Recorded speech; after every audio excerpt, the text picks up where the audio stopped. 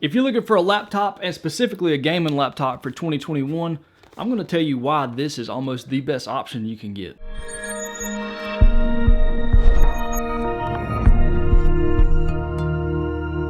What's up everybody, my name's Zach Brown, and here on TechGear, my main focus is everything technology. On this channel you'll find tech reviews, gear reviews, some tips and tricks to make your YouTube journey a little easier, and sometimes the occasional vlog. If any of that interests you, be sure to subscribe and like the videos, comment on the videos. It really helps my channel out. Jumping right into it, the first thing I want to talk about with this laptop is the performance. So this has the 3rd generation AMD Ryzen 9.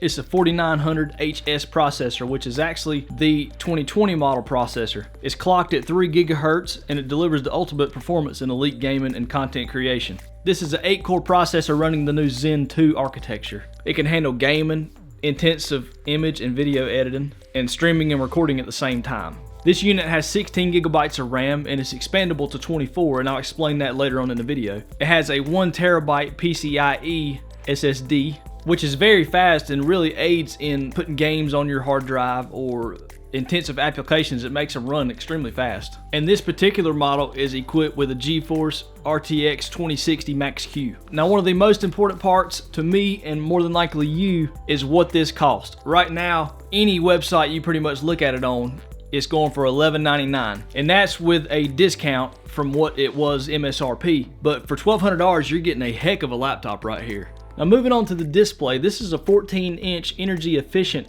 backlit display. The resolution is 1920 by 1080, so it's full HD, which some people might think that in 2021 1080p is kind of extinct now, and it's not, because this packs a 120 Hz refresh rate, so excellent for gamers. And my personal opinion, with it only being 14 inches, it's kind of a smaller screen anyway. You don't really need 4K or 1440p on a screen that size. For a small portable laptop in this size, which is very tiny, I think 1080p is more than fine. One thing to take note of is it does not have a webcam. So if you're having to do virtual meetings right now because of the way the world works, this is probably not the laptop for you. And it is also not a touch screen. It's a completely dummy screen. Now, looking down on the keyboard, I think this keyboard on this Asus Zephyrus is my favorite typing experience I've ever had on a Windows laptop. It is excellent. I think the keys are very well spaced apart. I think the key travel is perfect. I think it's just all around one of my favorite typing experiences that I've ever had.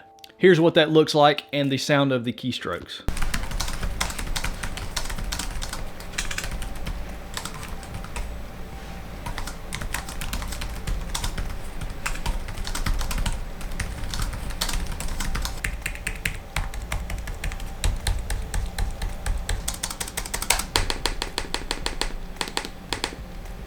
This laptop has 4 dedicated buttons up top and a power button that also doubles as a fingerprint scanner, so that's how you log into your computer. You've got a volume down, a volume up. You got a dedicated mic button right here, which is awesome for playing games, because if you need to mute your mic if you have a headset on, you have a dedicated button for that. Very easy. And also you have an Asus button right here, and that opens up the software for this laptop, which is called Armory Crate. And within this software, you can control your computer basically. You can look at your temperatures, you can look at how hard everything is working. You can adjust your fan speeds, you can kind of manipulate or change how the computer acts based on what mode it's in. You can put it in performance mode, silent mode. There's a lot of different things you could do with this software. My only complaint is I think that they tried to make it look really cool and really high tech, but sometimes what you're looking at and what you're trying to find seems a little harder than it should be. I think it could be slimmed down to where people understand it a little easier. That's just my personal opinion though. I actually like the software. One more quick thing I like about the keyboard is the larger space button on the left hand side for your thumb. So if you're playing games, like for me, I've played a lot of Valheim lately, and you always have your left hand on the computer, and having that extra width for your thumb is really comfortable. I haven't had any problems missing or rubbing the side of the key for so long my finger gets to hurting. None of that. So I think that is very, very cool and worth noting. To touch on the keyboard backlighting, it's not the best. I think it really shines when the room is already bright, and it kind of adds that little bit of extra light around the keycap itself. But when you're in dark situations, where you would actually use it the most, I think it shines too much and it makes it hard to see what key you're typing. They're not individually lit like, let's say, I think MacBooks are. It's kind of just lit from below, and it bleeds. You know, not every key is lit up exactly like every key. I actually find myself turning the brightness all the way off. I don't have them on at all.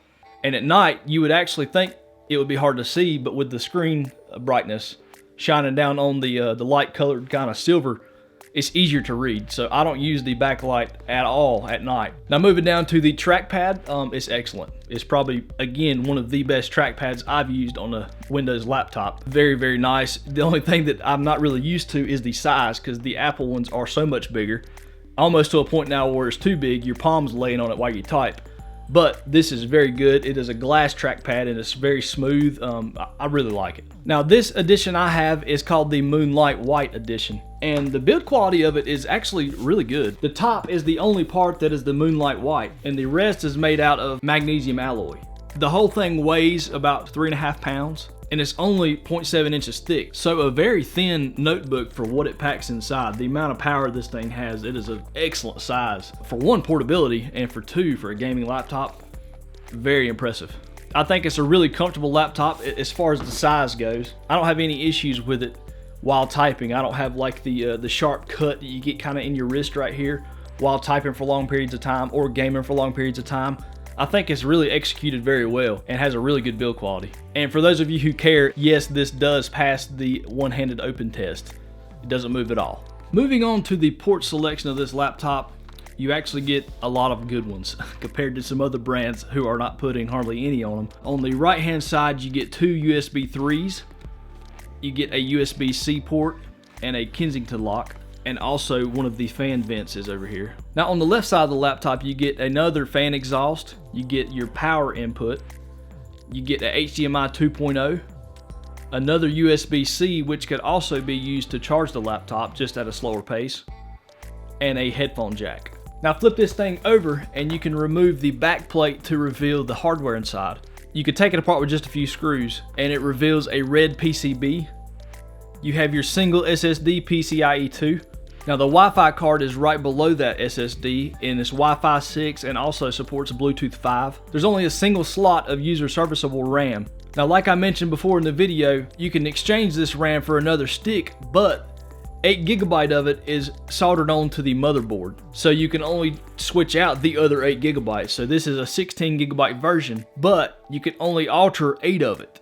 So you could add 16 there and get your 24. But you can't go any higher than adding a 16 gig in the 8 GB slot. And since this is an AMD chip, you want to make sure you're running a stick of RAM in the unsoldered spot. This thing has a lot of heat pipes, and the heatsink looks to be easily removed to be repaired. It's got two pretty decent sized fans, one on each side, which goes to the vents on each side of the laptop. Which brings me to the thermals of the laptop. I think they're really good. If you're not playing games, you will never have any problem with it. Just with the heavy video editing or heavy gaming, it's going to get a little warm. And I feel like it gets the warmest along the top bar right here. I don't necessarily feel like it gets very hot around your palm area, which is good for gaming, but up here around the top, you're gonna feel some heat. It's nothing unbearable though.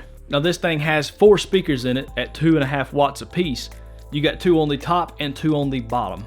Now I know you're sitting there waiting on me to tell you the battery life on the machine, and you're thinking, all these great specs, the battery life has got to be awful. Well, Asus claims 10 hours, and I can confirm that. If you're just browsing the web or doing, regular, computing, you will get 10 hours. It is awesome. Now plugging in and playing a game, you might get an hour and a half max, depending on the game and how much is going on or what all you're running on your laptop. What really blows me away is just your regular average computing. Just scrolling through YouTube or checking emails, doing stuff that really doesn't require much.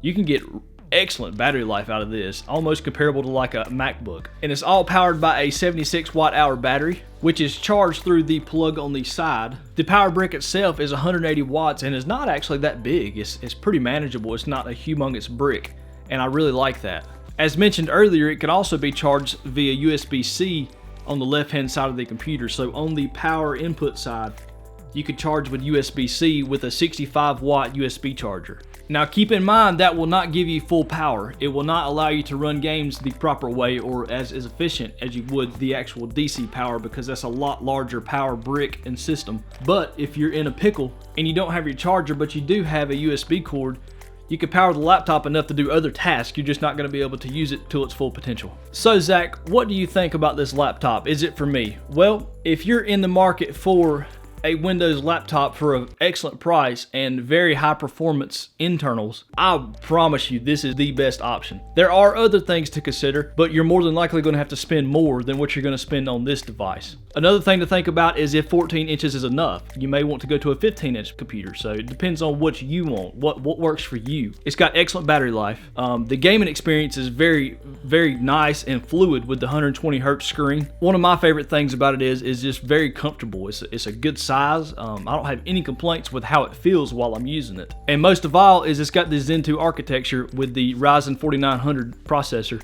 It is extremely fast. It is probably the fastest computer I have. What they're doing in them processors now from AMD is like mind-blowing. They're so fast compared to previous like Intel-based versions of laptops. Just blows it out of the water. So I can't recommend this laptop enough. It's perfect for what I want it for, and if it checks all your boxes, it might be perfect for you too. I would definitely check it out. Go to Best Buy and buy it, and if you don't like it, they have a 14-day return policy, and you have to pay a little bit of a restocking fee normally, but that would be your way out if you're not happy with the unit. So that is my opinion on the Asus Zephyrus Z14, and I want to know your opinion. What do you guys think about the laptop? Is there anything better? Put it down in the comments what you think. And if you found this video helpful, don't forget to subscribe. It really helps me out here on the channel. Like and comment on my videos if you like the content, and I will see y'all in the next video. See ya.